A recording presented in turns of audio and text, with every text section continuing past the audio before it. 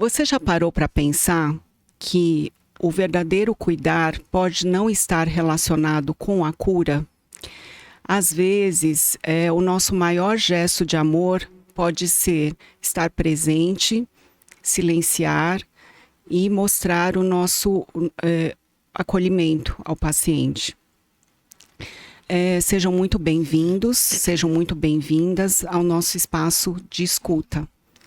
Hoje nós vamos falar de um outro tipo de cuidado, aquele cuidado que vai além do estetoscópio, além dos exames e além das cirurgias. Nós vamos falar um pouco de como manter o olhar, né, numa situação de uma notícia difícil e como podemos continuar cuidando do paciente quando o objetivo não é mais a cura. Hoje nós vamos estar falando sobre cuidados paliativos na infância. E para conversar sobre esse assunto, eu convidei uma amiga muito especial, de muitos anos, não vou falar quantos anos para não revelar a nossa idade, que ela é um farol dentro dessa especialidade, que é a doutora Simone Brasil, intensivista pediátrica, paliativista, e que é um ser humano, assim, de muita escuta e de muita humanidade, que eu tenho uma admiração enorme. Então nós vamos falar hoje sobre luto, sobre presença, sobre escuta e, acima de tudo, a beleza da gente cuidar do paciente até o final. Então respire fundo, venha com a gente e eu tenho certeza que essa conversa vai mudar a forma como vocês enxergam a forma de cuidar do paciente. Simone, eu gostaria de lhe dar as boas-vindas e agradecer muito a presença de você hoje, por despender o seu tempo aqui com a gente. E eu gostaria que você se apresentasse, porque você tem tantas credenciais, entendeu? Que eu acho melhor você falar um pouquinho da sua trajetória, né? A gente começou juntas na pediatria e como é que você foi trilhando sua carreira nessa parte, né, dos cuidados paliativos. Bom, muito obrigada, Mônica, pelo convite. É uma alegria imensa estar aqui com você e compartilhar, né? Compartilhamos uma história, né? E compartilhar esse momento também de trabalho e de comunhão, para mim é muito especial. Obrigada pela oportunidade.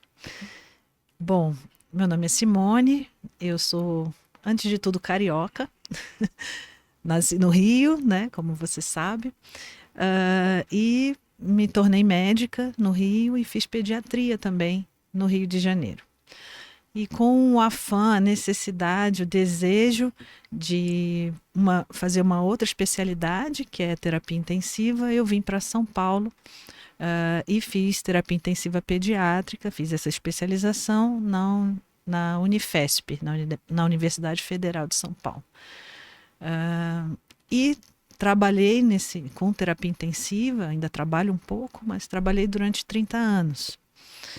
E nesse processo, né, que é difícil, né, lidar com crianças muito doentes, muito graves, famílias, né, em sofrimento, algumas coisas foram sendo despertadas dentro de mim, né? Uma das coisas foi a perspectiva do que é ético no cuidar, né? Assim, a gente perceber quando a gente está de fato fazendo coisas que trazem benefícios ou não para um paciente crítico. Então, nesse processo eu acabei me especializando em bioética na Universidade de São Paulo, na USP, e foi uma consequência, um caminho quase natural para mim, nesse processo, conhecer o cuidado paliativo, para poder, na verdade, cuidar melhor das crianças e das famílias. Eu lembro sempre que os colegas na UTI sempre me diziam, em situações difíceis, que eu tinha uma habilidade, um jeito de conversar com as pessoas. E eu cheguei à conclusão que era melhor aprender a fazer isso bem, para que eu pudesse, de fato, ajudá-las. Bom, enfim, depois, em 2021, eu me tornei docente do Departamento de Pediatria, da disciplina de Pediatria Geral e Comunitária da Unifesp. Hoje eu trabalho com cuidados paliativos, trabalho como docente e sou presidente do Departamento de Dor e Cuidados Paliativos da Sociedade Brasileira de Pediatria, dentre mais um monte de coisa, né? Então, por isso eu tenho o maior orgulho dessa minha amiga, né? Mais do que gabaritada para a gente estar discutindo esses assuntos, né? Então, Simone, eu queria, antes de tudo, né? O termo cuidados paliativos é um termo que gera assusta muito, né, as pessoas leigas, muitos dos profissionais da área da saúde, né, então eu gostaria que você desse uma definição ampla do que seriam cuidados paliativos para você. Uhum. Essa confusão, né, esse desconforto que a palavra cuidados paliativos traz, isso é muito comum e compreensível, né?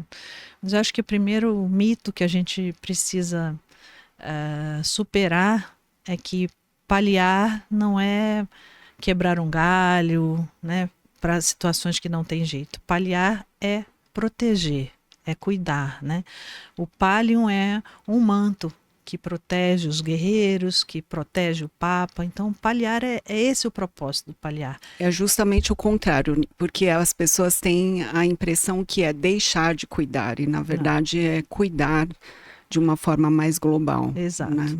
E o cuidado paliativo ele está indicado, né, para situações em que o paciente tem alguma doença crônica, ou alguma doença ameaçadora da vida, com o propósito de dar qualidade de vida nesse processo de cuidar. E aí, quando a gente fala de cuidar, é um cuidar holístico, né? Não é cuidar só da doença física, é cuidar olhando para os aspectos biológicos, sim, mas também sociais, emocionais e espirituais.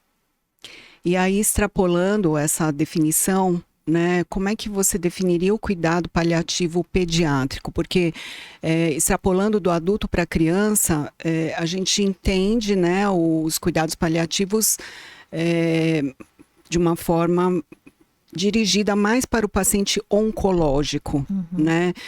Eu acho que assim a gente tem que ter uma visão um pouco mais ampla, né, do cuidado paliativo na infância.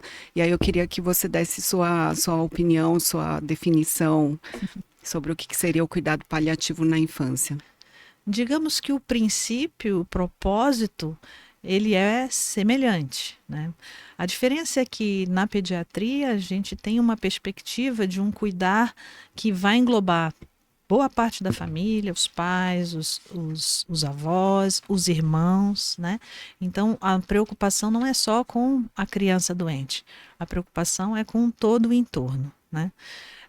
E tem outras diferenças do cuidado paliativo de adulto, né? Quando se indica um cuidado paliativo no adulto, muitas vezes o paciente já está numa fase avançada da doença. Na pediatria é diferente. A indicação de cuidados paliativos começa no momento em que é feito o diagnóstico de uma doença de risco, uma doença ameaçadora da vida ou uma doença crônica, né? Então, o tempo de acompanhamento do cuidado paliativo pediátrico muitas vezes são muitos anos, às vezes a vida inteira, né? Modo de falar, né? Então, 5, 10 anos. Claro que tem crianças que têm uma vida mais curta, né? Mas boa parte são acompanhados durante muito tempo. E como é que você explica, né, o que seriam os cuidados paliativos, assim, de uma forma bem prática, né, e clara para os familiares que estão enfrentando isso, para as pessoas leigas? Como é que você explicaria o que são cuidados paliativos na pediatria? Cuidado paliativo é uma especialidade pediátrica, né? Cuidado paliativo pediátrico é uma especialidade pediátrica que tem como propósito o cuidar de crianças que têm doenças crônicas ou que ameaçam a vida, com o propósito de dar uma qualidade de vida melhor para essas crianças e para as famílias. Esse é o ponto principal. E eu acho que também tem uma confusão muito grande entre cuidados paliativos, né, e terminalidade. Né? Você costuma observar isso na conversa com as pessoas leigas, muitas vezes até com profissionais da área da saúde? Sim, e é natural essa confusão, eu penso, porque como o cuidado paliativo vem muito dos adultos com doenças oncológicas, né, se iniciou nesse lugar. Quando a gente pensa na criança, as coisas são um pouco diferentes, né? Eu gosto de comparar o cuidado paliativo a um grande guarda-chuva, né? Então, é uma perspectiva de cuidar amplo. Então, temos muitas facetas, muitas oportunidades deste cuidar, seja no processo de comunicação, no esclarecimento diagnóstico, no processo de planejamento do cuidado, enfim. A terminalidade é um ponto nesse guarda-chuva, é um ponto estreito, né? A terminalidade é um período, em geral, curto e mais objetivo. Então, todo paciente terminal deveria estar em cuidados paliativos, mas nem todo paciente em cuidados paliativos é terminal. Outra coisa importante de dizer é que dentro do cuidado paliativo pediátrico, os pacientes, o predomínio, né, das doenças dos pacientes, das crianças, não é a oncologia, né? Então, nos adultos, a principal indicação são os pacientes oncológicos. Na pediatria, não. A gente tem algumas categorias de indicação de cuidados paliativos na pediatria e o que predomina são crianças com malformações congênitas e doenças no prematuridade, doenças do período neonatal. Na pediatria, o percentual de crianças com indicação de cuidados paliativos é na faixa de 4% dos pacientes oncológicos. Então, na prática, Simone, como é que você sente, né, na prática, qual é o momento mais adequado para se indicar o cuidado paliativo para uma família? Na verdade, assim, o ideal é que a gente indique no momento do diagnóstico, né? Então, uma coisa importante de dizer é que o cuidado paliativo e o cuidado curativo, eles andam em paralelo, eles não se excluem. A gente não vai indicar cuidado paliativo quando o cuidado curativo não funciona ou falhou. O cuidado curativo e o paliativo, eles vão caminhar juntos. Então, idealmente, no momento do diagnóstico de uma doença mais grave, né? Agora, dependendo da evolução da doença, o cuidado paliativo vai predominar em alguns momentos, em outros momentos o cuidado curativo. Vai depender da classificação da doença, do grupo de doenças, vai depender da gravidade da criança e vários outros pontos.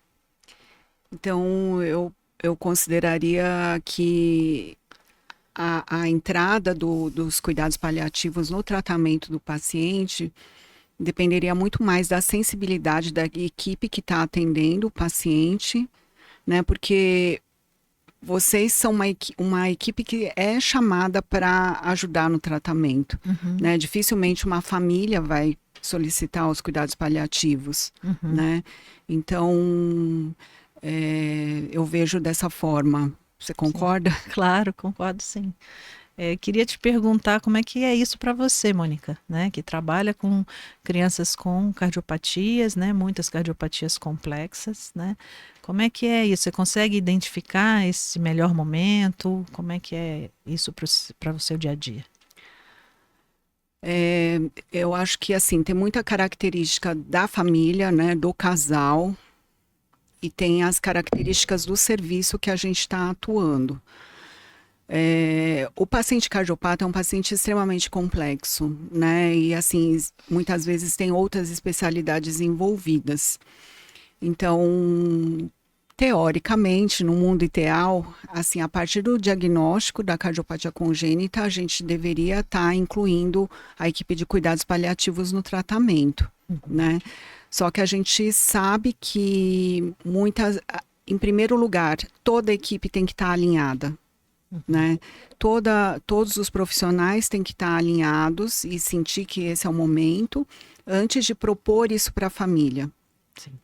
Então, eu tenho esse entendimento, não só pela nossa amizade, mas também por vivência própria. Mas muitas vezes a gente não consegue, né? Porque muitas vezes o serviço que nós trabalhamos não é sensível a esse tipo de cuidado. E muitas vezes a família também não está preparada, né? A família está passando por várias dificuldades em aceitação da doença, em como se organizar logisticamente para lidar com todo esse problema. E as crenças, né, que essas famílias carregam, né? Então, eu sinto essa dificuldade não muito por mim, mas eu acho que mais pelas outras especialidades envolvidas e pelas famílias também. Eu penso que trazer o cuidado paliativo para essa conversa e tantas outras é aproximar esse conhecimento da população, né? Porque a gente precisa mudar um pouco esse paradigma, esse entendimento para a população, para as equipes. Então, é muito importante, porque é um cuidado amoroso, é um cuidado verdadeiro, né? Porque existem, de fato, muitas doenças que não são curáveis, mas são passíveis de um cuidar verdadeiro e sensível. Então, é muito importante que a gente olhe para isso com cuidado, né? Com certeza. E só citando, assim, em termos de resistência, né, assim, em relação aos cuidados paliativos, o que eu sinto das equipes e das famílias, né? Na verdade, muitas vezes é uma dificuldade individual, né, do profissional. Então, a gente sempre tentar olhar o nosso colega, né, o nosso colega da área da saúde, seja ele de enfermagem, a parte médica, fisioterapeuta, como um ser humano, né? Como foi a vivência dele com esse processo de doença, processo de morte, né? Isso não é uma coisa que é fácil para nós como profissionais da área da saúde, né? Então, muitas vezes nós somos julgados, né, por familiares ou por colegas por determinadas atitudes, mas ninguém sabe o que nós já passamos, né, quais foram as nossas vivências, quais são as nossas crenças que a gente carrega, né, das nossas famílias. Então, eu acho que não é uma coisa que a gente possa julgar, né, e sim respeitar. Né? E eu acho que para a gente propor o cuidado paliativo para uma família, eu acho que a equipe toda tem que estar alinhada e respeitar que cada profissional vai ter o seu tempo, né? Vai ter o seu tempo para amadurecer e a gente poder concretizar, né, esse cuidado global, que seria o cuidado ideal para o paciente. E eu acho que muito do que o paciente sente é muito influenciado pela equipe que está cuidando. Se a equipe não estiver alinhada, o paciente não vai aceitar. Né? Se a gente falar, né, sobre a doença crônica, como é que vão ser os passos, sobre uma eventual terminalidade, como é que vai ser feito. Quanto mais a gente poder abordar esse assunto de uma maneira mais natural possível, né, e de uma forma aberta e receptiva, tem uma grande chance dessa família aceitar. Sim, com certeza. Eu acho que tem aspectos, Mônica, que são individuais, né? Da história de vida de cada um, dos valores, das preferências, tanto das famílias quanto da equipe. Agora, tem um ponto que é a formação, né? Principalmente a formação médica é uma formação com foco na cura. Então, e essa mudança de perspectiva para o profissional médico é fundamental, né? Que apesar de muitas vezes a gente ter essa vontade de curar, né, e esse propósito de curar, o cuidado é muito mais importante em todo o processo, mesmo que a gente não consiga curar ao final.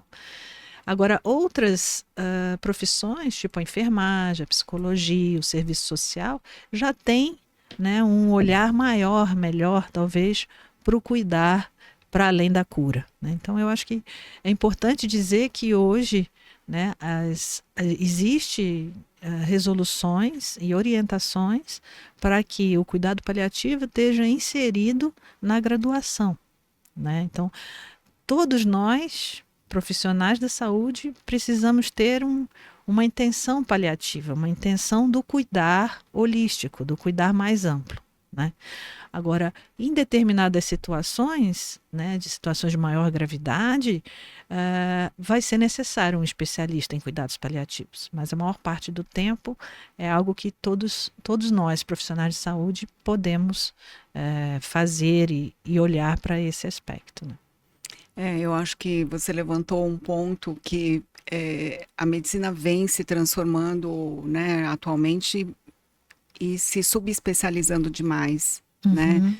Então, por exemplo, o termo medicina integrativa, né, na verdade, todo cuidado, né, principalmente a clínica médica, a pediatria, deveria ser um cuidado integral, Uhum. né? Não deveria ter uma especialidade a mais para ter esse olhar do paciente, assim como, né, nos cuidados paliativos, a gente entender que o fato de não poder curar o paciente não acaba o seu cuidado ali, né? E uma simples lembrança, uma informação, né? Uma conversa clara e objetiva, isso talvez seja muito mais curativo do que uma intervenção médica, Sim. né? Então, eu acho que a gente está indo de uma fase das subespecializações para uma fase de maior amplidão, né? Do conhecimento e da visão. É interessante, né? Porque a gente pensa, que isso é novo, mas na realidade isso é um resgate da essência da medicina, né? A medicina, né, nos séculos anteriores, século XVIII, século XIX, era uma medicina do cuidar, né? Só que a medicina avançou muito do ponto de vista técnico, tecnológico, né? E isso nos afastou da, do cuidar, da palavra, da comunicação, do olhar nos olhos, né? Então, de fato, a gente está aí tentando retomar a essência, o propósito do cuidar. E isso é muito importante, né? Isso é muito bonito, né? Isso é muito legal. Simone, eu queria te perguntar, né? Porque, claro, são conversas difíceis, né? Que a gente tem que ter com as famílias. Você tem algum ritual, algum script, né, para seguir quando você se prepara para dar uma notícia difícil para alguma família? Bom, a comunicação, ela é a essência do cuidar, né? Então, eu digo que profissionais de saúde têm que ser especialistas em comunicação, porque nós nos conectamos com pessoas de níveis culturais, socioeconômicos diversos. Além disso, a gente que é pediatra, né, também precisa aprender a se comunicar com crianças de várias faixas etárias, né? Então, a comunicação ela tem que ser olhada com muito carinho. Quando eu preciso dar uma notícia mais delicada, mais difícil, eu tenho um ritual pessoal, né? Eu Que a gente procuro. vai pegando as colinhas, né, dos colegas. Eu procuro ir para um lugarzinho assim, tranquilo, né? Silencioso, tento buscar a minha paz interior e me conectar, né, com o meu propósito, me conectar, fazer uma conexão mente, coração e espírito, né, para estar ali inteiro, né, porque no corre-corre do nosso dia a dia, né, muitas vezes a gente se fragmenta em muitas necessidades e demandas, mas esse é um momento em que as suas palavras são, como eu digo, como bisturis. Suas palavras são muito valiosas. Elas podem elevar, ajudar alguém ou podem trazer muito sofrimento. Então, é um momento que você precisa estar inteiro, muito inteiro. E eu faço uma oração, faço um momento de meditação para que eu esteja pronta para esse desafio.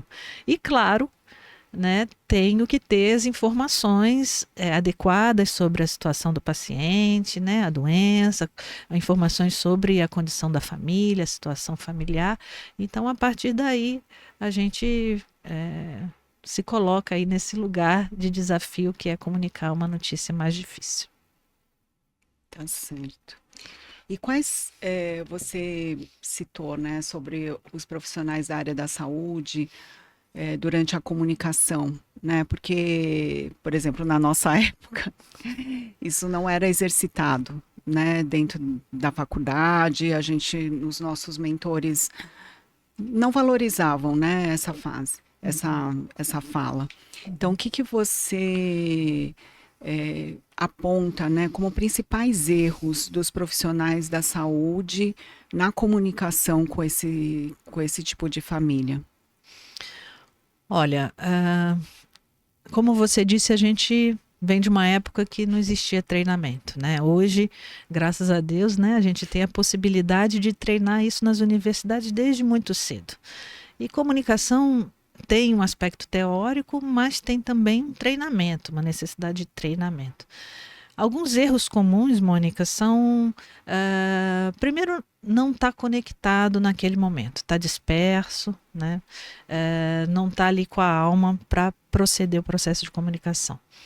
Outras dificuldades, outros erros são o mau hábito de usar muitas palavras técnicas, né?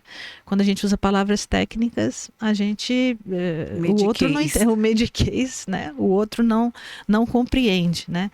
O local também é um outro desafio, né? Assim, imagina a gente receber uma notícia difícil ao lado do berço do nosso filho ou no corredor de um hospital, né? Então, esses são erros comuns. Então, entra e sai de profissionais da sala. Barulho, né? Então precisa ter um lugar reservado, sereno, para que de fato essa comunicação seja adequada, né? E mais do que esses erros que são um pouco técnicos, né? Eu penso que assim, o protagonista da comunicação é a família. Quem conduz a comunicação, digamos assim, é a família. Então, muitas vezes a gente vai para um processo de comunicação com muitas ideias na cabeça, né? Eu preciso falar isso, eu preciso falar aquilo. E a gente passa por cima do protagonista, que são as pessoas que vão receber essa notícia. Então, dar uma notícia tem muito a ver, né? Tem muito de quem recebe e do ritmo que essa pessoa recebe. Né? Então, isso é um ponto importante, ou seja, o profissional precisa empatizar, precisa estar sensível para perceber as dicas, né, verbais e não verbais de quem está recebendo a notícia, para que possa de fato caminhar junto e não atropelar a família. E um ponto que eu vejo que é fundamental, antes de qualquer comunicação, é a construção de um vínculo de confiança com a família. Então, você se conectar com essa família de forma honesta, transparente, verdadeira, não mentir, né? Não omitir, não julgar, não criticar. Né? Então, não impor, né? Não determinar, né, as coisas. Então, esse momento inicial de uma construção de uma confiança, isso é essencial para um processo de comunicação de sucesso, digamos assim. E nesse momento saudável. E nesse momento, né, que você cria esse ambiente de confiança, claro, surgirão emoções, né? Emoções bilaterais, né? Emoção do profissional e emoção da família, né?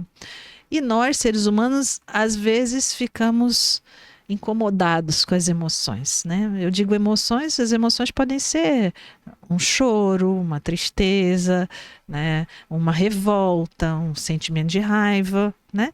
E é importante a gente entender que a raiva não é contra o médico, não é contra o profissional, e sim raiva da situação, né? Tristeza pela aquilo que está acontecendo. E essas emoções precisam ser acolhidas. Elas precisam ser valorizadas, precisam ser validadas, porque de fato é um momento de sofrimento. Então, eu acho que esses dois pontos são essenciais, né? E aí a gente passa, então, estabelecida a confiança, né? E um acolhimento das emoções, aí a gente passa, de fato, a dar as informações no tempo que as famílias conseguem receber. Não é no nosso tempo, é no tempo de quem recebe as informações. Você já teve, Mônica, momentos desafiadores de comunicação? Algum momento que você ficou engasgada, que foi mais difícil para você? Bom, vários. Vários, né? Tem dia que a gente, infelizmente, a gente se sente portadora das más notícias, né? Então, realmente, a gente foi aprendendo na prática, né, Simone? Sim. Eu acho que, assim, antes de tudo, a gente tem que saber escutar, né? Eu acho que grande parte da comunicação é a escuta, né? Nós temos que saber escutar o outro, respeitar quais são os valores, né, do casal, da família, qual é o contexto, qual que é a realidade, né? E realmente não julgar. Né, eu acho que tem situações em que a intervenção médica é extremamente necessária, e em situações de terminalidade ou de doença crônica, essa opinião tem que ser compartilhada com a família, né? Pode ser compartilhada e deve ser compartilhada, e nós temos que respeitar, né? Mesmo que a gente não concorde com aquilo, eu acho que tem que ser exposto todas as alternativas, quais são as possibilidades, quais são as porcentagens, quais são os riscos, quais são os benefícios de todos os procedimentos, e, e deixar a decisão, né, por conta da família, e na maioria das vezes a gente deve, né, acatar, ser numa situação de emergência que a gente tem que intervir para salvar a vida do paciente. Mas claro, teve várias situações que, né, quando a gente é mais jovem, muitas vezes a gente quer induzir ou impor a nossa vontade, a gente, né, não concorda com a família ou concorda contra gosto, né? Mas assim, a maturidade e os anos, né, foram mostrando que acima de tudo a gente tem que ter respeito, né? Respeito pelo outro, respeito pela família, respeito pelo paciente. E assim, na verdade, de ficar engasgada, eu acho que o que me comove muito, né, são famílias que têm muita fé, né? Porque, tudo bem, eu tenho fé, né? Eu acredito no meu trabalho, acredito no que eu possa ajudar o paciente, mas tem horas que essa fé fica um pouco enfraquecida, né? A gente já começa até a se questionar, e acho que esse paciente não vai ter jeito. E naqueles momentos que as famílias de grande fé, elas dão força, né? Dão força para a equipe médica, dão força para a enfermagem, dão força para todo mundo não desistir, né? Então, isso realmente me comove muito e me comove para o lado bom, né? Mas eu acho que, acima de tudo, é a verdade, né? Eu já tive vários pacientes que me falaram: doutora, a senhora era a única que conversava comigo me olhando nos meus olhos, né? Ou famílias que já perderam seus filhos e falam: ó, doutora, aquele dia que a senhora conversou comigo e me explicou aquilo, assim, assim, assado, aquilo foi fundamental para eu aceitar, né, toda essa evolução, a perda do meu filho e tudo. Então, a gente vê que o nosso cuidado não se resume a tratar medicamente, mas sim uma palavra, um conselho, uma explicação, né, uma lembrança, uma mensagem, né, um abraço. Isso faz parte do processo também. Obrigada, Mônica. Muito sensível isso que você traz. E de fato, né, você está falando de algo que é o cuidar humano, é a humanidade, é se conectar com o outro a partir do que somos, né, do nosso humano. E aí eu me lembrei de uma frase do Carl Jung que diz: conhece todas as teorias, conheça todas as teorias, domine todas as técnicas, mas ao tocar uma alma humana, seja apenas outra alma humana, né? Então, são momentos de fato muito desafiadores. E eu entendo que é uma troca, sabe? Muito rica. Porque nós aprendemos muito com a fé, com a resiliência das famílias, né? Com os recursos que muitas vezes a gente subestima. os recursos emocionais, né? Então, o cuidar nesse lugar é um cuidar amoroso e um cuidar que enriquece, né? Que faz a gente crescer enquanto ser humano. E você tocou num ponto que é super importante, que é a espiritualidade, né? Que muitas vezes ele também é um tabu na sociedade. O cuidado paliativo, a morte e a espiritualidade também. Esse grupo, né, de pensamentos e de ideias são tabus na nossa sociedade. E o quanto a conexão espiritual da família, né, e a sua mesmo, né, do profissional, isso ajuda nesse processo. E o cuidado paliativo tem isso como propósito, né?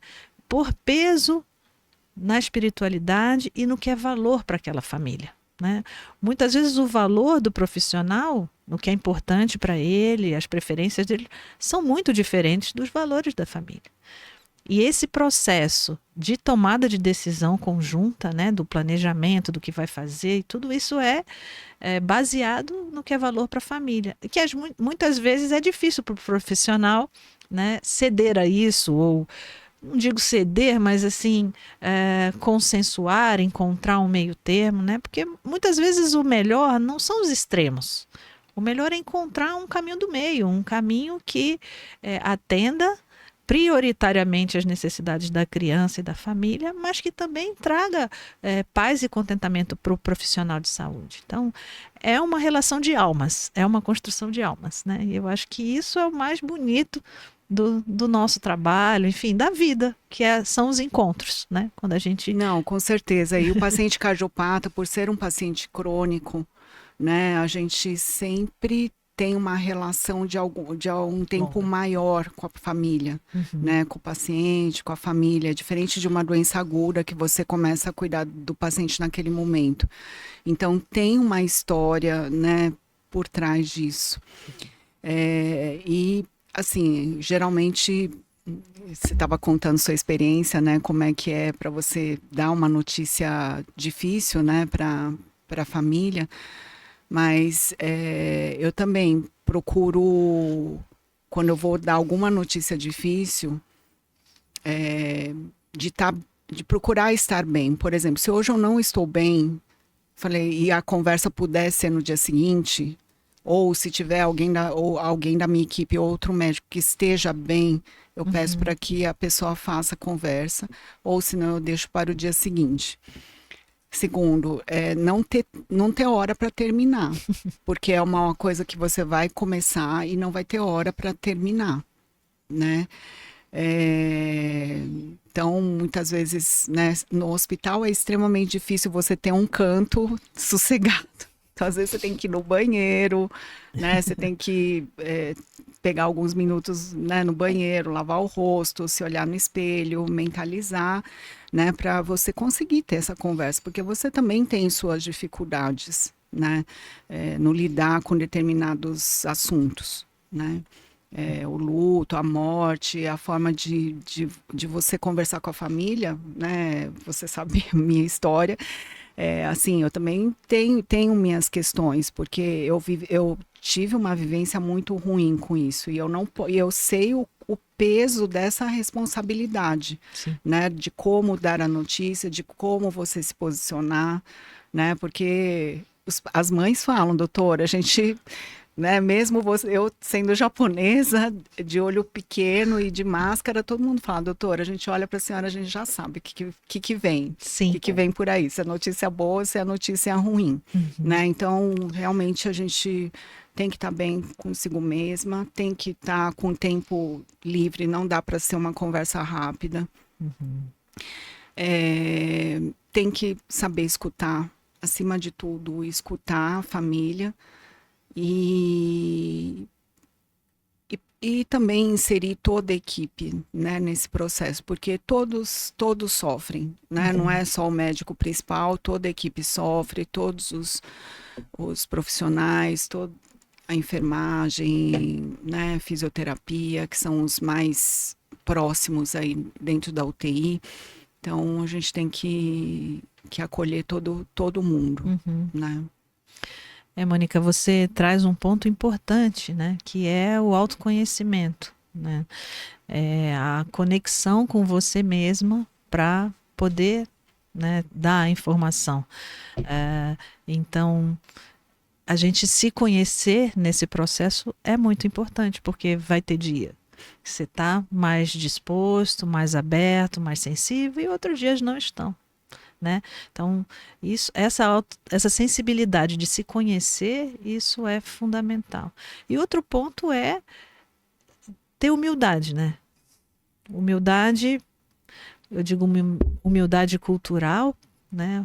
Humildade em todo o processo, porque nós não somos donos da verdade, né? Nós estamos ali num encontro que vai, a partir desse encontro, dessa conexão com essa outra pessoa, com essa outra família, enfim, com a criança, a gente vai construir um cuidar, né? Então, o cuidar não é do profissional de saúde, o cuidar é o encontro, né? Que vai propiciar essa caminhada que é conjunta, como você falou, né? E é interessante a gente pensar na questão da equipe, né? Porque muitas pessoas acham que o médico tem que dar a notícia, né? Sempre dar a notícia, e tem um peso grande, uma responsabilidade grande. Eu, como trabalhei muitos anos em UTI, sempre senti esse peso, né? Responsabilidade. Não é fácil também para o médico, né? Então, o que a gente costuma fazer é sugerir que o profissional de saúde, o médico, ele tenha um outro profissional de saúde ao lado dele, né? Pode ser outro médico, mas preferencialmente alguém que tenha uma conexão com a família, né? Então, às vezes é a enfermagem, às vezes é o fisioterapeuta, às vezes é o psicólogo. Então, alguém ali que ajude nesse processo, né? Que não seja o responsável em falar propriamente, mas pode atuar intermediando, né? Traduzindo, né? Dando pausas. Que muitas vezes na ansiedade o médico começa a falar muito rápido, né? Então, essa outra pessoa, ela é muito importante. Então, é um processo de várias pessoas. E claro, a família, quando vai receber essa notícia, é importante a gente ter clareza de que é importante o pai e a mãe estarem juntos, ou a mãe, uma tia, uma avó, enfim. Não dá notícias com o familiar sozinho, porque é muito doloroso, né? E muitas vezes há um bloqueio, a pessoa, né, chega, trava, né? E a partir de um determinado ponto ela já não consegue mais escutar mais nada. Sim. Né? E eu valorizo demais, né, o trabalho da enfermagem, porque é o cuidado à beira-leito 24 horas por dia, né, 7 dias na semana. Então, assim, o médico vai lá pontualmente, né, uma vez de manhã, à tarde, à noite, ou o especialista passa uma vez ao dia. Mas o trabalho da enfermagem nesse processo e nessa aceitação é muito importante, né? E só queria que você falasse um pouquinho sobre o tempo da família, né? Como é que você acolhe esse tempo? Porque você é um pouco mais específica, porque normalmente a gente não consegue fazer essa conversa de uma vez, né? A gente tem que fazer, muitas vezes a gente tem que fazer por partes. Não sei se essa é a sua experiência, mas eu queria que você contasse um pouquinho como é esse processo do tempo, né? Porque o tempo, tipo, não é daqui 15 minutos, né? Na maioria das vezes. A gente tem o tempo concreto, que é o que conta no relógio, né? E um tempo que é das emoções, né? Que é aquele tempo que a gente... um tempo interno. Você falou bem, né, quando você disse que quando a gente dá uma notícia difícil, muitas vezes a pessoa desconecta, né, ela trava, né? Isso já aconteceu com todo mundo na vida, né? Não é só com as famílias que recebem más notícias, qualquer um de nós, quando receber uma má notícia, a gente fica num momento de... muitas vezes de negação, de confusão, mas o que está acontecendo, né? Então, o profissional precisa ter muita sensibilidade para perceber que a comunicação é processo, né? Não é aquele momento que eu vou lá, tudo bem, estabeleci uma hora e vou comunicar. Então, é fundamental, primeiro, entender que é um processo e que cada um tem seu tempo interior, né? A gravidade... Só te interrompendo, é o que eu falo, que para a pessoa não se culpar, porque cada dia, ou às vezes várias vezes no dia, você vai sentir o mesmo problema de formas diferentes. Sim. Né? Então, até que vai chegar um dia que você fala, nossa, passei por isso. E Uhum. passou. Né? É isso. Eu acho que um ponto muito importante, Mônica, é a gente, nesse processo da comunicação, olhando para o tempo, né, pedir permissão para as famílias, sabe? A família, às vezes, está num momento que não está em condições de receber mais informações, né? Então, isso vale para iniciar uma comunicação e durante um processo de comunicação. Então, você dá uma parte da notícia, né? Você fala um ponto inicial e promove um silêncio, que a gente chama tecnicamente de silêncio terapêutico, né? Para que aquela informação seja elaborada. Parece muito tempo, parece um grande silêncio, mas na realidade, aquela pessoa que recebeu a notícia, ela está com um barulho interno, né, das emoções, do sentimento. Então, o silêncio é só externo, porque internamente tem um burburinho, né, uma angústia. Um turbilhão. Um turbilhão. E aí, assim, precisa dar esse tempo. Esse tempo é essencial. Mas, além disso, muitos alunos perguntam, mas como é que eu começo de novo, né? Como é que eu dou seguimento a isso, né? Então, a gente precisa pedir permissão. Então, a gente pode pedir permissão, né? Posso continuar? A senhora ou o senhor tem condição da gente continuar conversando mais um pouco? Ou não? E está aberto a uma resposta positiva ou negativa, né? Ou deixar a critério da família, olha, a gente aguarda o momento de vocês, quando vocês se sentirem à vontade, por favor, a gente estará à disposição. Sim. E outro ponto que eu acho que é importante dizer é a percepção do não verbal. Sabe, você contou, né, que apesar de ser japonesa, quando você tá para dar uma notícia difícil, as pessoas percebem, né, mesmo com o olhinho pequenininho, né, mas é interessante olhar para a família e ter essa percepção do não verbal também. Então, depois desse silêncio, a família pode olhar para você, né, buscando mais informações. Ou virar para você dizer, e agora, doutora?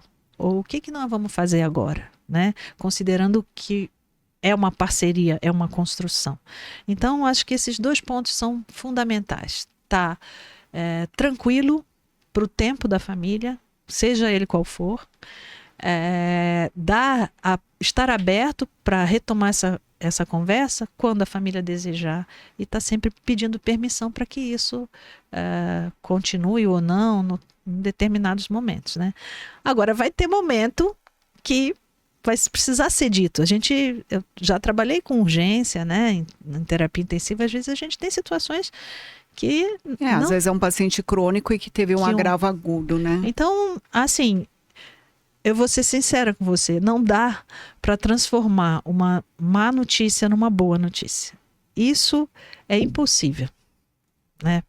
Agora, dá para a gente dar uma má notícia de uma forma compassiva e empática, né? Então, mesmo nos momentos de urgência, de maior dificuldade, de tensão, né? É possível a gente falar de forma amorosa, cuidadosa, respeitosa e transformar esse momento de má notícia, não num bom momento, né? Mas um momento em que é possível ouvir. Porque muitas vezes são ditas, as pessoas falam coisas que são impossíveis de ouvir, né? Então eu acho que é um grande desafio do aprendizado aí. E que a forma como é dita, muitas vezes potencializa aquele momento difícil para a família. Sim. Né? Então, a gente precisa tomar muito cuidado com as palavras. Simone, agora deixa eu te fazer uma pergunta. Você se lembra a primeira vez que você teve que dar uma notícia difícil? Porque para mim foi marcante, assim. Eu queria ver se você se recorda. Olha, A primeira vez eu não me recordo, mas eu lembro de muitas vezes, né? Porque pode parecer estranho, né, para uma pessoa que fez terapia intensiva, que trabalhou em UTI, né, durante muito tempo, que a gente meio que se acostumou ou sabe dar más notícias com facilidade, né? Mas não é bem assim, né? Porque a má notícia, ela tem um referencial que é o outro. E o outro, nem sempre a gente conhece o outro. Aliás, na maioria das vezes, em situações agudas, a gente não conhece o outro. Talvez em doenças crônicas, né, que tem um acompanhamento mais longitudinal, a gente conheça, mas agudamente não conhece. Então, assim, a gente muitas vezes comete erros, mas erros que eu quero dizer, erros assim que tem muito a ver com desconhecimento. Não esses erros básicos, comuns que eu falei antes, mas com o desconhecimento do outro, né? Então, por isso que a gente também tem que ter muito cuidado. Eu lembro de várias vezes, né? Enfim. Uma que te marcou mais. Acho que são pesadas as vezes que marcaram mais, mas eu acho que tiro de aprendizado que antes de dizer qualquer coisa, né, dessas vezes que foram mais difíceis para mim, antes de dizer qualquer coisa, ouça. Porque a gente supõe que o outro está na mesma página que você, né? Você supõe que o outro está entendendo todo o processo. E não é verdade. Então, as vezes que eu tive maior dificuldade foram quando eu cheguei a, digamos assim, com ansiedade e angústia, principalmente quando a gente é muito jovem, não dar um espaço de escuta, não perguntar o que o outro estava sabendo, né? Que a família estava sabendo da situação da criança, enfim. Então isso é um erro muito frequente, né? Esse momento de escuta que nos protocolos, porque existem vários protocolos de comunicação, né? Um deles, que é mais comum, né, um básico, que é o protocolo Spikes, né? Um dos passos que é essencial é entender o que o indivíduo está entendendo dentro da realidade dele. Dentro né? da realidade dele, da perspectiva dele, que pode ser diferente da sua. Então, Em geral é diferente. Em geral é. Então, quando você começa a falar sem conhecer essa perspectiva, você erra feio, né? Então, claro, todos nós erramos, já tivemos momentos assim muito difíceis, né? E esse momento de ouvir, eu acho que não é só ouvir o que está sendo dito em relação à doença ou em relação ao entendimento. É ouvir o que não está sendo dito, sabe? E nesse contexto entender as preocupações, entender o que angustia. Porque muitas vezes você dá foco, você prioriza determinados assuntos ou temas que não são prioridade da família. E aí eu lembro, né, tô lembrando de comunicações em que é isso, quer dizer, o que a família quer saber não é o que você quer dizer, né? Muitas vezes o que é difícil para você dizer e que é angústia para você, a família já lidou, isso não é mais problema, né? Tá, mas eu queria que você desse um exemplo, se você pode exemplificar uma conversa que você teve e que te marcou. Porque depois eu vou falar da minha primeira vez, que foi horrível. Tô pensando aqui, né? Mas a gente vai assim, ficar não trazer assim muito impacto também, né? Mas eu lembrei aqui de uma situação que foi bem difícil, de um bebê, tinha menos de 1 ano, era um lactente, era uma família de outro estado, que veio para o Hospital São Paulo, onde eu trabalho, para fazer um procedimento cirúrgico. Essa criança acabou tendo, antes do procedimento cirúrgico, porque ela já tinha uma doença de base, né, acabou tendo complicações clínicas. E mesmo antes do procedimento cirúrgico, teve um agravo e precisou ir para a UTI. E eu marquei, então, uma reunião com a família, que na realidade a mãe era uma moça adolescente, que havia perdido a mãe, ou seja, a avó da criança, e quem estava na conversa era a mãe adolescente com a bisavó, né? Então aí você já sentiu o tamanho da dificuldade, da fragilidade da situação. Pois bem, eu marquei essa conversa para explicar o processo, o que estava acontecendo, porque as pessoas vêm de fora, né, Mônica? Nem precisa vir de fora, né, mas vêm sempre para o hospital com uma expectativa grande de cura, de resolução do problema, e muitas vezes com uma expectativa que não está dentro da realidade do que é possível. Então, essa reunião foi marcada para eu explicar para a família o que estava acontecendo, a doença da criança e tudo mais. E nesse dia que eu marquei, eu até me emociono de falar, porque são marcantes, né? Minutos antes de começar a reunião, o bebê falece na UTI. Esse foi um grande desafio para mim e para toda a equipe, né? Porque a proposta do diálogo, da conversa, era entender, explicar o processo e não dizer que a criança havia falecido. E aí você pode imaginar que num primeiro momento, quando nós sentamos para conversar com a família, não era possível dizer para a família que a criança tinha falecido. Porque à medida que você diz isso, acaba o diálogo, acaba a escuta. É uma tragédia, né? Então, a minha grande dificuldade, a minha grande angústia foi conversar com essa família como programado, explicar o processo de adoecimento e no fim dessa conversa dizer que a criança havia falecido. Nossa, que desafio. Porque o não verbal é muito marcante, né? Então, assim, o não verbal, o verbal, né? Porque você não pode falar num tempo verbal passado, né? Você está com uma equipe junto com você, então juntam ali as emoções, enfim. Então, eu acho que no fim, dentro do possível, né, a família acolheu, né, a situação, mas foi de fato muito difícil. Não sei se matou aí a sua curiosidade, mas assim, tem muitas experiências que são marcantes. Nossa, imagino.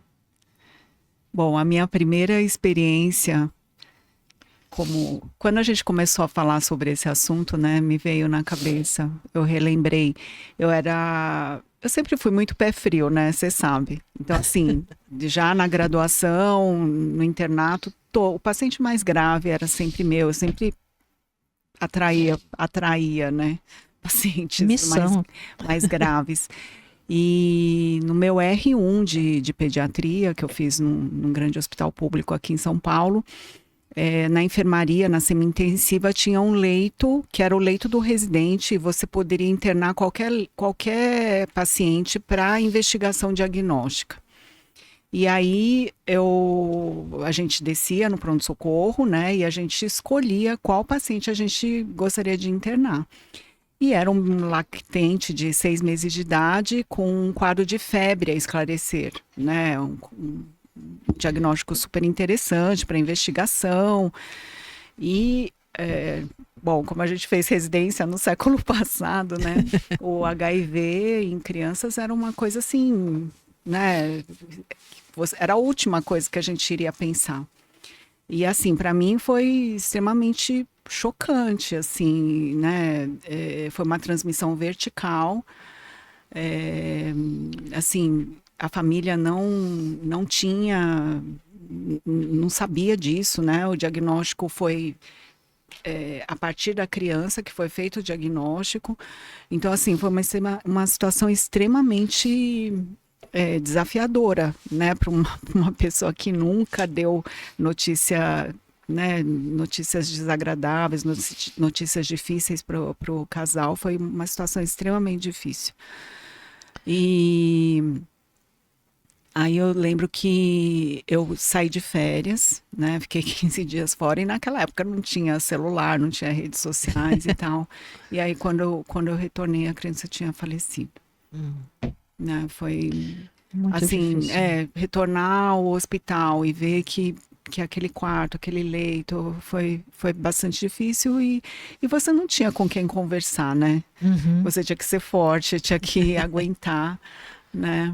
Que era normal, né? Se eu gostava de paciente grave, queria fazer terapia intensiva, eu tinha que aguentar. Então, mas eu estava relembrando esses dias que a gente voltou a falar sobre esse assunto, estava relembrando dessa primeira vez. É muito desafiador e mostra que somos humanos, né, Mônica? E que as más notícias, antes de chegarem à família, elas exigem uma elaboração do profissional. Porque também são más notícias para você, né? Então, a gente tem que elaborar um pouco para poder traduzir, né, essa informação de forma compassiva, com honestidade, com equilíbrio, né? Então, primeiro, por isso que eu falo do autoconhecimento e da autoconexão.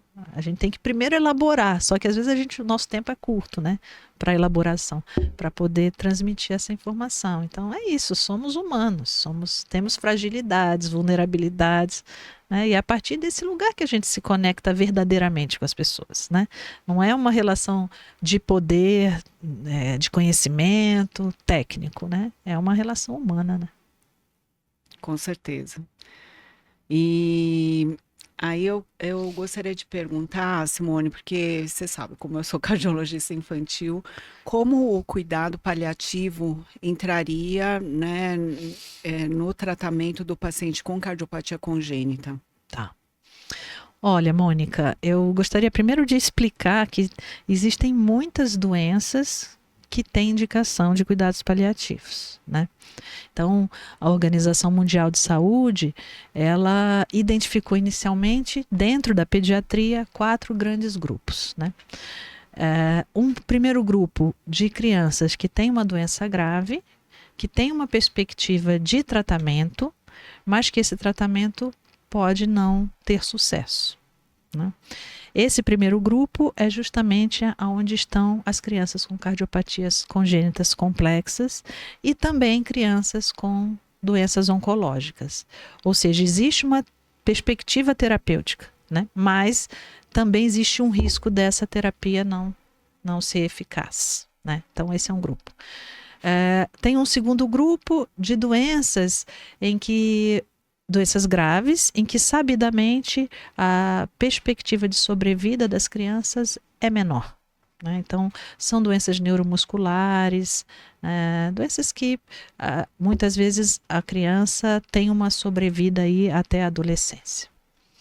Tem um terceiro grupo de crianças que já nascem com uma condição muito grave, muitas vezes são doenças congênitas, síndromes de malformações congênitas. Então, não é só uma cardiopatia congênita, e sim uma síndrome com vários achados, né? Então, por exemplo, Edwards e Patau são trissomias, né? Então, são crianças ou outras doenças do período neonatal, mas o bebê já nasce muito grave, cuja perspectiva de sobrevida é mais curta.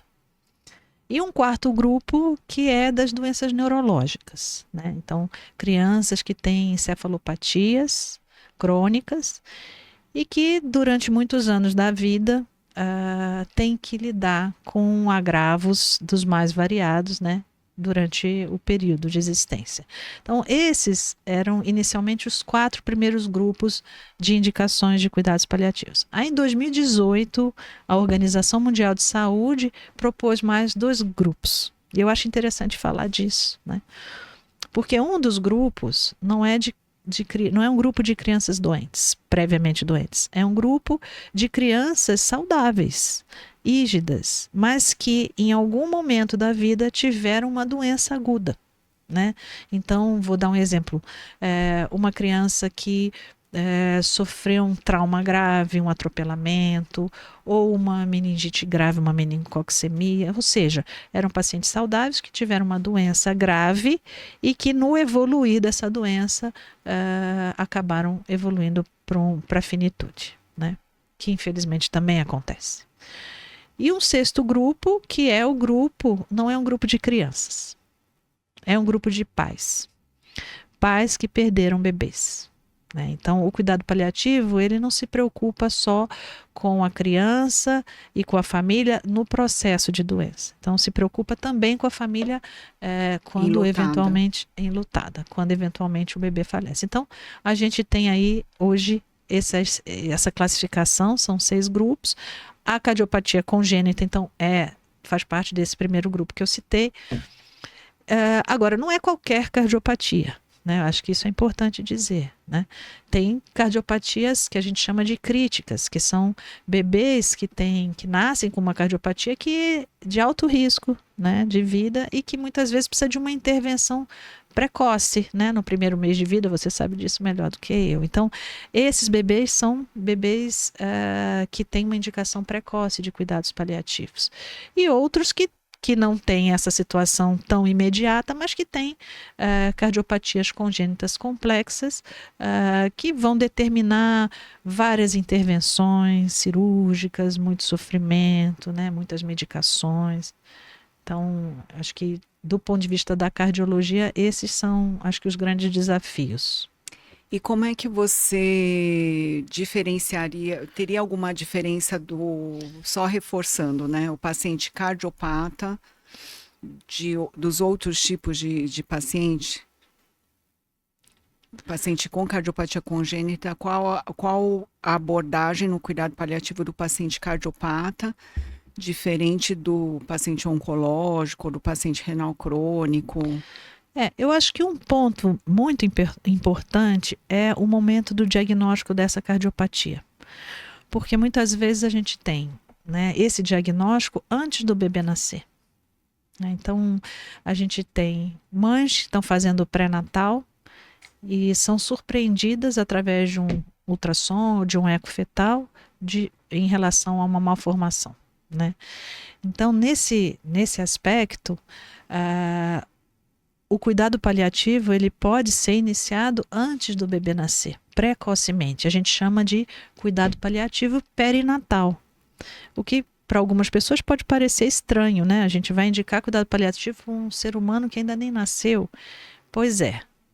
A ideia é que esses pais sejam ouvidos e acolhidos antes de vivenciarem todo esse desafio que é cuidar de uma criança com uma cardiopatia. Então, as famílias recebem o diagnóstico, conversam com o profissional, né, que pode e deve ser, né, um pediatra, né, acostumado já a esse tipo de diálogo, né, acostumado a fazer esse tipo de aconselhamento.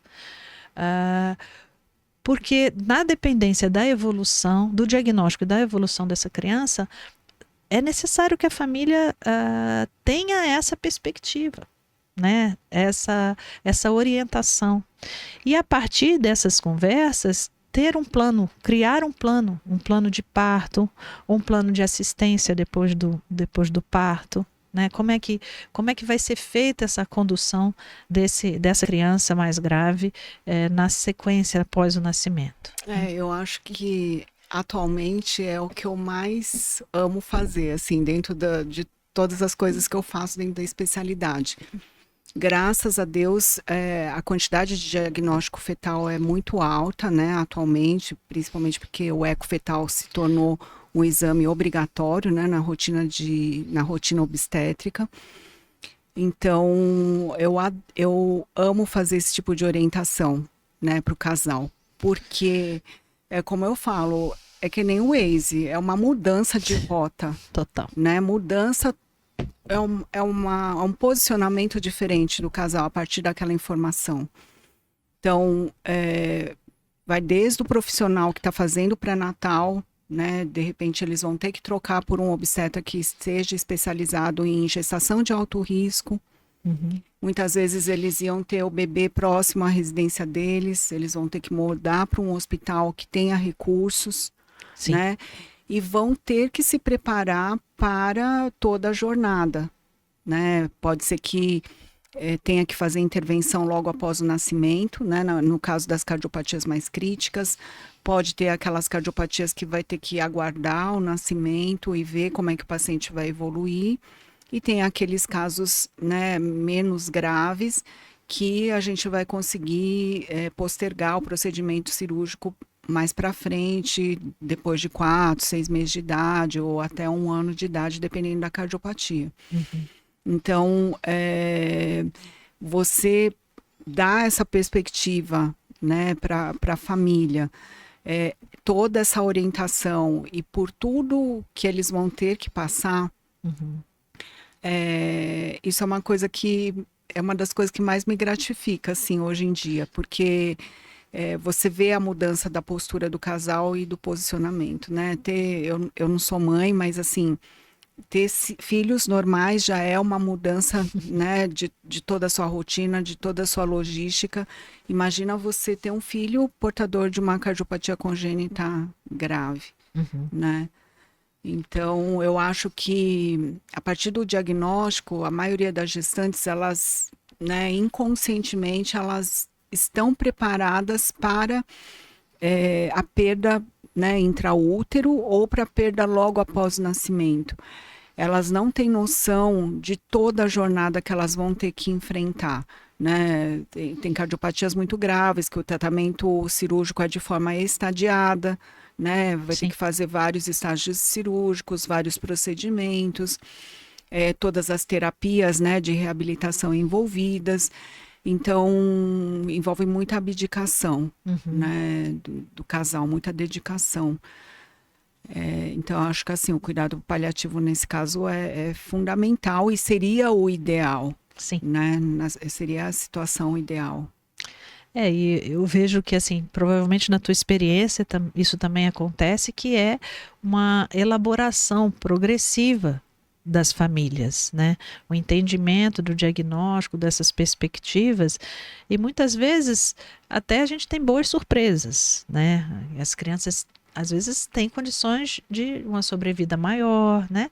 E isso também traz um conforto para a família. Então, estar preparado para o melhor e para o pior é importante para a gente, né? O ser humano, ele gosta de ter controle da vida, né? De tudo que acontece. Então, a surpresa, a incerteza, isso nos abala. Então, à medida que você consegue, né, explicar, né, e compartilhar, construir a partir dos valores da família, qual vai ser essa trajetória, você consegue um vínculo de confiança melhor, né? Lida com essas emoções que já são tão intensas, né? Depois que o bebê nasce, né? E consegue, acho que, construir um cuidar verdadeiro, né, Mônica? Isso Com é certeza. cuidar de verdade, né? E assim,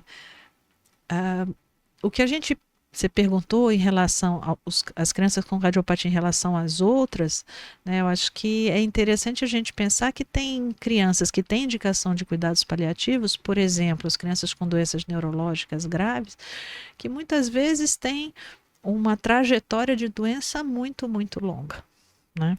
A criança cardiopata vai depender da cardiopatia, mas o que eu acho que é importante a gente chamar a atenção é que muitas dessas são crianças que vão ser submetidas a muitos procedimentos, né? E a internação para um bebê, para uma família também, mas para um bebê, com uma intervenção, depois outra, a gente já vivenciou isso algumas vezes, né? A gente sabe o quanto isso impacta, né, na construção até da personalidade daquela criança, né? O quanto isso é desafiador. Sem né? dúvida. Por várias vezes eu falei, gente, nossa, toda intervenção, né, que o paciente está sendo submetido, eu falei, eu teria que pagar a terapia para essa criança o resto da vida. Mas, por outro lado, a gente tem gratificações, né? Eu tenho 2 pacientes que são médicos, né? Ai, que legal. Atualmente. Então, assim, você vê como a pessoa transformou, né? E de alguma forma eles viram uma beleza, né, nesse processo todo, no cuidar e se sentiram engajados, né, a seguir a profissão. Então, eu acho isso legal. Eu acho que no fim a gente ressignifica as coisas, né? Todas as situações difíceis da vida, que podem ser traumáticas, né? Elas têm uma oportunidade de crescimento, de trazer crescimento muito grande, né? Sem dúvida. Então, com certeza, nós ressignificamos os nossos desafios, né, pessoais e profissionais, que são muitos, né? E as pessoas que a gente cuida também ressignificam, né? Elas também têm um amadurecimento, um crescimento pessoal, vivenciando tudo isso. Então, acho que essa é a beleza de tudo que a gente vive e faz, né? Com certeza. E aí eu queria falar com você agora um pouquinho mais sobre o final da vida, né? Como você auxilia esses pacientes a enfrentar a terminalidade, o luto, como você encaminha todo esse processo? Uhum. Então, Mônica, é importante dizer que, como você começou dizendo, é um processo, né? Então, toda essa construção ela é feita durante algum tempo, né? O cuidado paliativo, que é indicado para pacientes exclusivamente no fim de vida, ele é muito desafiador, justamente porque a gente não construiu uma relação de confiança, não teve oportunidade de encontros, né? Mas, de uma forma geral, o processo de fim de vida depende muito da elaboração da família. Mas o que a gente tenta favorecer é o que a família entende como cuidados de conforto, cuidados de amenizar o sofrimento daquela criança. Então, muitas vezes pode ser a presença dos pais, né? O tempo todo ao lado do leito. Eu já tive um caso que eu me lembrei agora, de uma menina que gostava muito de uma música, né, e que a mãe, no processo de fim de vida, colocou a música, né, nos fones de ouvido para a menina ouvir. A gente criar memórias, né, desse processo, ou seja, fotos com a criança, né, um pouco antes do processo de fim de vida em si. E depois disso, memórias, muitas vezes no período neonatal, a marquinha do pé, né?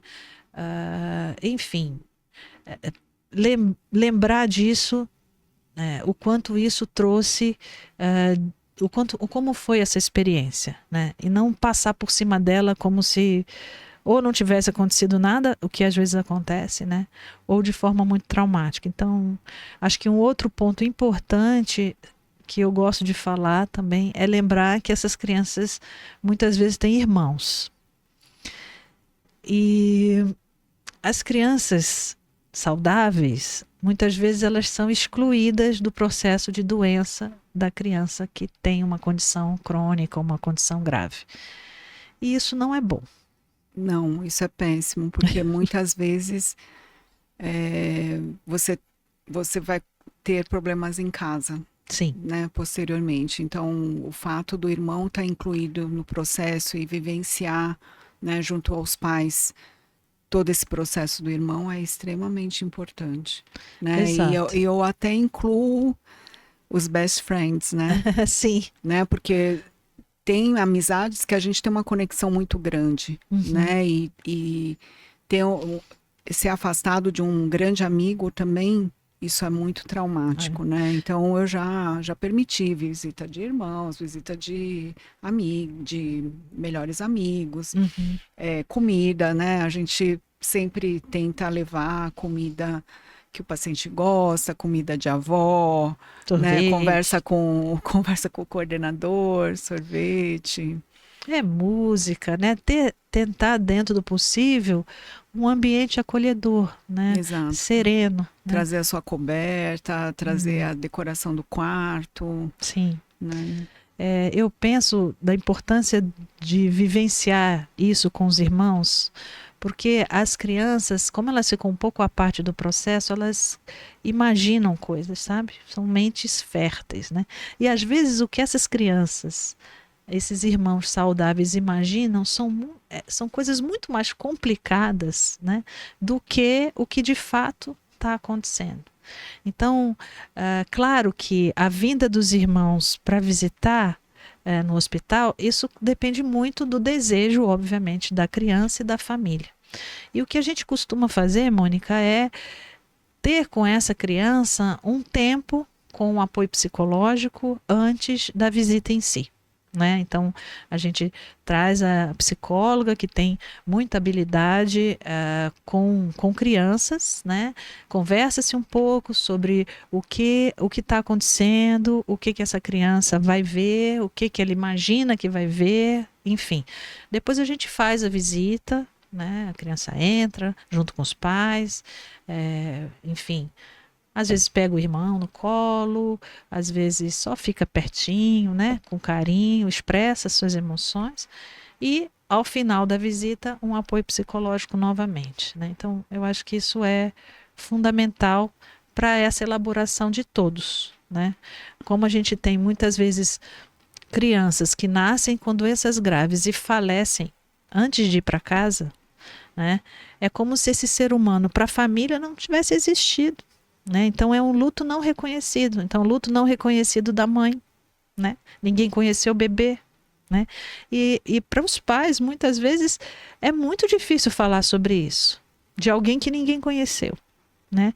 E para os irmãos, a mesma coisa. Né? Então, acho que a gente precisa ter muito cuidado com isso. Né? Às vezes a gente fica muito focado em quem está em fim de vida e esquece do impacto disso para quem fica, que é muito grande. Não, e esse trabalho que vocês fazem é extremamente importante, né? E é muito bom saber que isso acontece num hospital público, né? E eu gostaria que você contasse, né, que eu também fiquei sabendo há pouco tempo desse projeto, né, dos familiares enlutados, e que é o do livro, né, da árvore. Eu queria que você contasse, porque eu achei lindo esse trabalho de vocês. Então, esse é um trabalho relacionado mais ao ambiente da UTI neonatal, né, em que o hospital onde eu trabalho, por ser um hospital terciário de referência para gestações de risco, a gente tem muitas crianças mal formadas, né, e com doenças graves. Então, o que nós fazemos são reuniões com as famílias de crianças que faleceram, né? A gente chama de famílias enlutadas, né? Então, há um contato com essas famílias após o falecimento do bebê, e se faz um convite, né? Se vê como é que essa família está e se faz um convite para uma reunião, né? E nessa reunião são convidadas várias famílias, né, que perderam bebês. E na realidade eu acho muito sensível, porque é um momento de partilha de experiências, né, que muitas vezes não podem ser partilhadas com as pessoas que estão fora do hospital, mas quem viveu aquilo com as famílias. Então é a equipe, né, é o residente, a enfermeira, é o psicólogo, e muitas vezes são as próprias mães, né? Então porque elas estão em diferentes fases do luto, né? Sim. Eu acredito que devem ter famílias que acabaram de perder, que perderam há algum tempo, que perderam há anos. Então isso é muito especial, porque a cada encontro, né, são convidadas mães que perderam bebês recentemente e outras que já têm mais tempo. Então umas ajudam as outras, né, porque estão em fases de elaboração diferente. E a gente faz uma dinâmica que é contar a história de um livro que se chama A Árvore das Lembranças. Esse livro é um livro muito especial, né, que conta a história de uma floresta, que tem muitos animais, né? Nessa floresta tem a raposa. A raposa é a anciã, digamos assim, dos animais, né? E essa raposa vai ficando velhinha e falece em determinado local da floresta. No local onde ela falece, nasce uma árvore grande, né? E às noites, né, os animais então passam a se reunir embaixo daquela árvore para contar um pouco e relembrar as memórias referentes à raposa. Então, é um espaço assim de elaboração do luto dos animais. Bom, o que a gente faz é construímos uma árvore de feltro, né, e colocamos, né, na parede, e convidamos as famílias enlutadas a trazerem suas histórias, né, e trazerem também uma lembrança do bebê que faleceu. Um sapatinho, um cachinho de cabelo, a marquinha do pé, da mão, e essas lembranças são colocadas na árvore de feltro e as pessoas contam suas histórias, né? Esse contar, né, e esse ouvir ajudam muito no processo de elaboração. Nesse encontro, eu vejo muitos pontos positivos. Falando assim parece uma coisa muito pesada, né? Mas na realidade não é. Não é porque é um momento de escuta em que as pessoas conseguem enxergar perspectivas diferentes do seu luto e do luto do outro, né? As pessoas vão elaborando e a equipe identifica, como você mesma falou, né? Momentos em que que agiu melhor ou que não agiu adequadamente com aquela família. Porque às vezes para a equipe também isso não é perceptível, né? E quando a família fala, é um aprendizado para a equipe. Além de identificar mães considerando que é um hospital público, mães que têm um processo de luto mais doloroso, um luto patológico, que a gente chama, e fazer encaminhamentos para acompanhamentos também no serviço público. Então, esse é um trabalho que a gente tem uma alegria grande, né? De fazer, alegria no sentido de saber que está proporcionando um espaço de escuta coletivo, né? E isso é muito especial, né? E continuando o cuidado, né? Sim, de alguma sempre. forma. E para você, minha amiga? Como que é continuar cuidando dos pais depois da perda? Você consegue manter vínculo com essas famílias? Ou é muito difícil? Como que é para você? Assim, é um assunto difícil, né? Claro, no começo a gente não tem como não reviver toda essa dinâmica, né? Muitos gatilhos são desencadeados, né? Por tudo que a gente passou ou que fez a família passar. Mas, graças a Deus, eu tenho uma relação muito boa, né, com as famílias. Geralmente são relacionamentos longos e, se não são tão longos, são muito intensos, né? Uhum.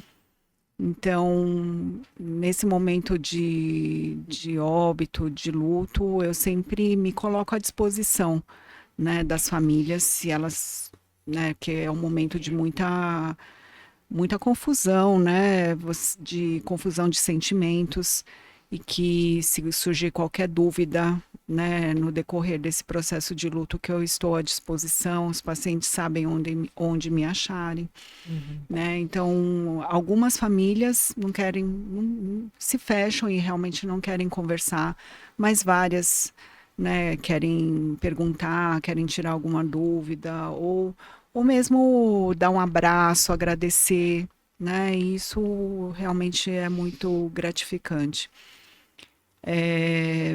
Eu tenho uma ótima relação assim com familiares. Tem pacientes assim que já vieram a falecer, que os pais acabaram se separando nesse processo de luto, mas assim, eu ainda mantenho relação com ambas as partes. Uhum. Então, graças a Deus, a gente sabe que conseguiu, né, estabelecer um vínculo maior, e que eu cumpri o meu papel, que além de tratar do paciente, foi mostrar, né, que a gravidade, a complexidade, e que a gente, né, tanto eles como pais e a gente, nós como médicos, né, utilizamos todas as ferramentas disponíveis para poder, né, proporcionar uma melhor qualidade de vida para aquele paciente.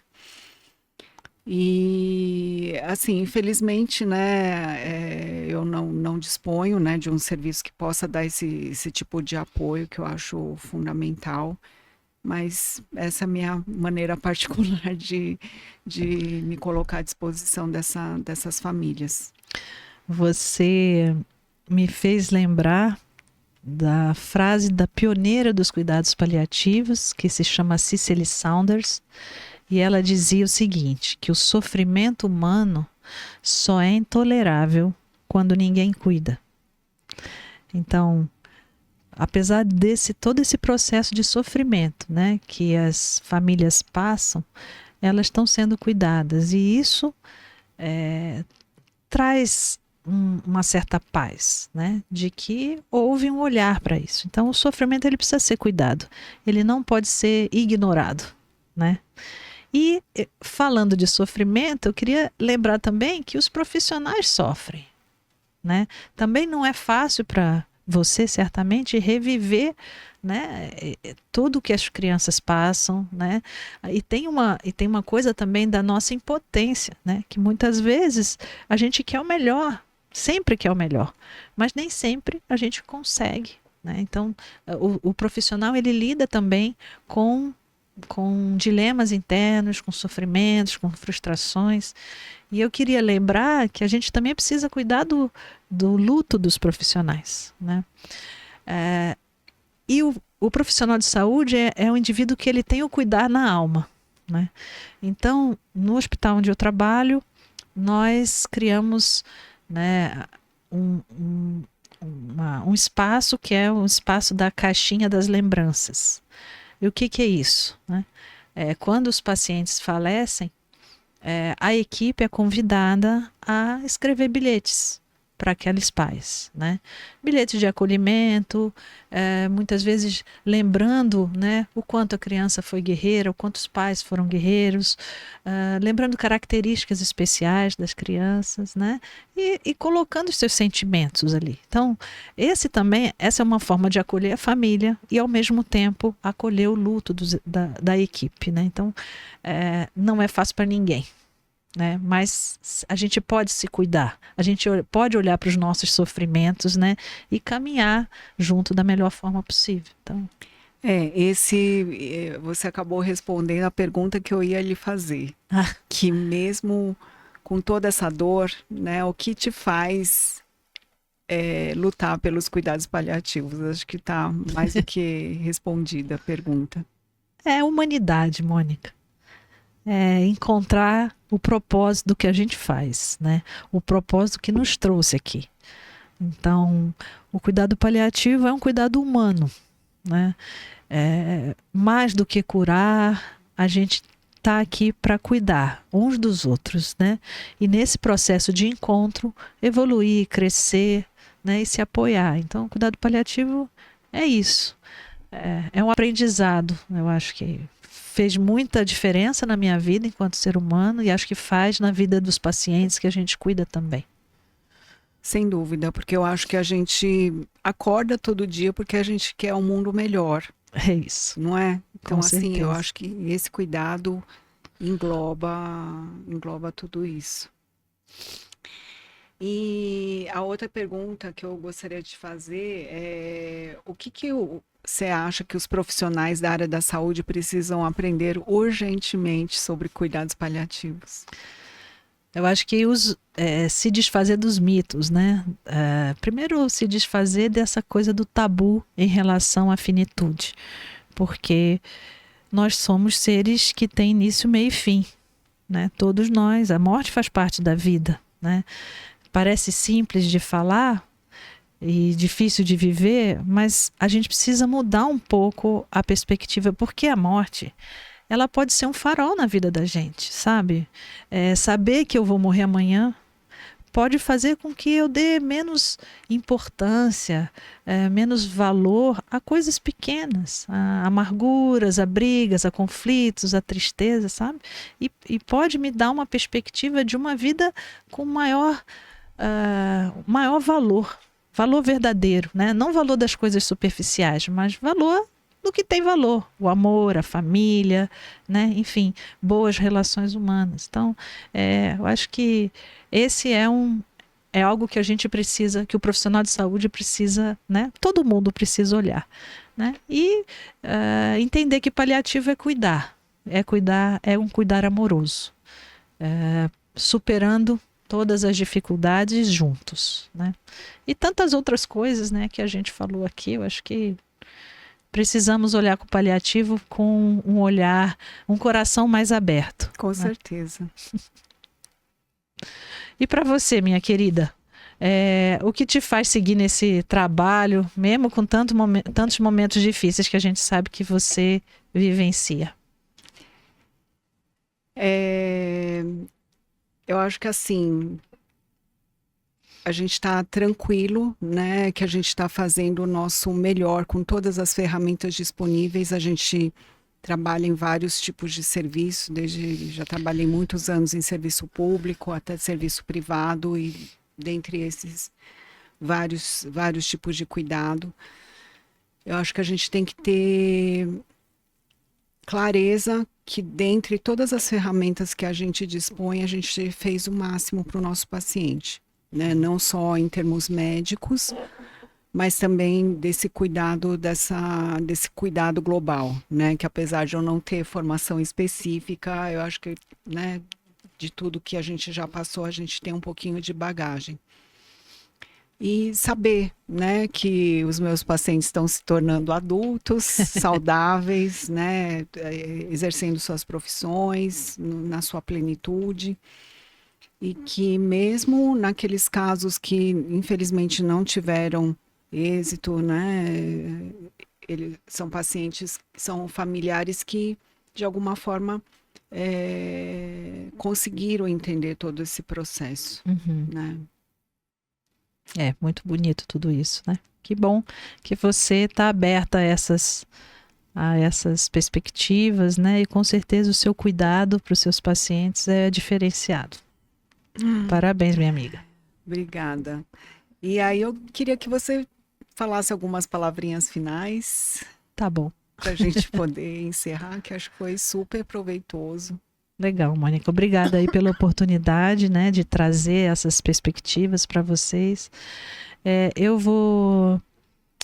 Eu gostaria de finalizar com um poema. Eu gosto muito de poesia e tem um poema que traduz para mim o que é cuidado paliativo. Eu não sei de cor, eu vou ler aqui um pouquinho, tá bom? Diz assim: o título do poema é O Tal do Morrer. A autora é uma psicóloga chamada Bel César. Ela diz assim: para aquele que oferece cuidados, a dor representa uma oportunidade. A oportunidade de testemunhar o alívio da dor. Para aquele que oferece cuidados, a ansiedade representa uma oportunidade. A oportunidade de testemunhar o despertar da calma. Para aquele que oferece cuidados, a raiva representa uma oportunidade. A oportunidade de testemunhar a conquista da paz. Para aquele que oferece cuidados, a morte representa uma oportunidade. A oportunidade de testemunhar a descoberta da vida. Aquele que oferece cuidados nada pede. Ainda assim, recebe muitas oportunidades. Então, eu agradeço a oportunidade de estar aqui. E a oportunidade que todas essas famílias, né, todas essas crianças nos dão de ressignificar, né, todos esses desafios que nós vivemos. Então, muito obrigada. Então, eu acho que assim, resumindo, né, eu acho que a gente poderia dizer que o cuidar, né, não termina com o fim do tratamento, né, do tratamento médico. Que o cuidar, eu acho que engloba uma coisa muito maior, né, que seria a presença, a lembrança, né, uma simples mensagem que você possa enviar para o paciente.